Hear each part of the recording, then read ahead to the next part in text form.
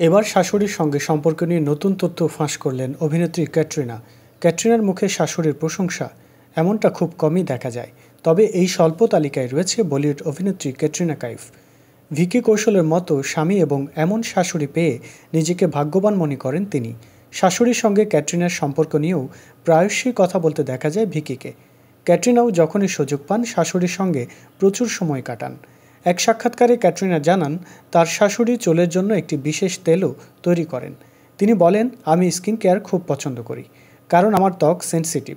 আমার অনেকটাই যত্ন নেওয়া দরকার, তবে আমি সবে শুরু করেছি এগুলো। আমার শাশুড়ি পেঁয়াজ, আমলা, অ্যাভোকাডো এবং আরও ২-৩টি জিনিস মিশিয়ে চুলের তেল তৈরি করেন। ঘরোয়া টোটকা দারুণ কাজ করে। ক্যাটরিনাকে তার শ্বশুর বাড়ির লোকরা আদর করে কিট্টু বলে ডাকেন। ২০২১-এর ডিসেম্বরে গাঁটছড়া বেঁধেছিলেন ভিকি কৌশল ও ক্যাটরিনা কাইফ। রাজস্থানের এক রাজবাড়িতে বসেছিল বিয়ের আসর। তবে বিয়ের আগের দিন পর্যন্ত মুখে কুলু পেঁটে রেখেছিলেন তারা। কোনোভাবেই সম্পর্কের কথা প্রকাশ্যে আনেননি ভিকি ক্যাটরিনার পরিবারও। এখনও একসঙ্গে কোনো ছবিতে জুটি বাঁধেননি ভিকি ও ক্যাটরিনা।